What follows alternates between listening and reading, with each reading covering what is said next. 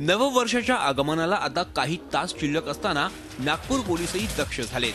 शहरातल्या गर्दीच्या विविध ठिकाणी 30 डिसेंबर ते 1 जानेवारी या 3 दिवसांकरता सीसीटीव्ही कॅमेरे लावले जाणार आहेत। शिवाय पहिल्यांदाच दुचाकी वाहनांवरून पोलीस नागपूरच्या रस्त्यांवर नजर ठेवणार आहेत। मोटरसायकल स्वारीवर असलेले पोलीस त्या ठिकाणी हजर राहणार आहे। आपण जो आताच माननीय मुख्यमंत्री महोदयांनी एक पेट्रोलिंगचा जो मोटरसायकल पेट्रोलिंगचा जो आपण फोर्स तयार केला आहे तो संपूर्ण फोर्स त्या कामात राहणार आहे। दरम्यान नागपुरातल्या तळीरामांनी आधीपासूनच नववर्ष स्वागताचं जंगी सेलिब्रेशन सुरू केलं असल्याचं पोलिसांच्या कारवाईवरून दिसून येत आहे।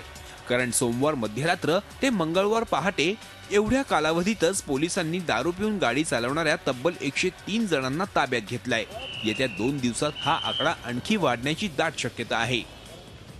एखाद वेळी लॉ अँड ऑर्डरची परिस्थिती उद्भवली त्याबद्दल करावयाच्या उपाययोजना, ज्या ठिकाणी मोठ्या प्रमाणावर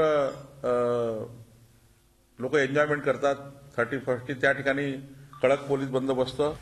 नववर्षाचं स्वागत नागपूरकरांना जल्लोषात साजरा करता यावं यासाठी पोलीस सज्ज झालेत। मात्र नागरिकांनीही नियमांचं पालन करून स्वतः आणि इतरांचा आनंद वाढवावा हीच अपेक्षा।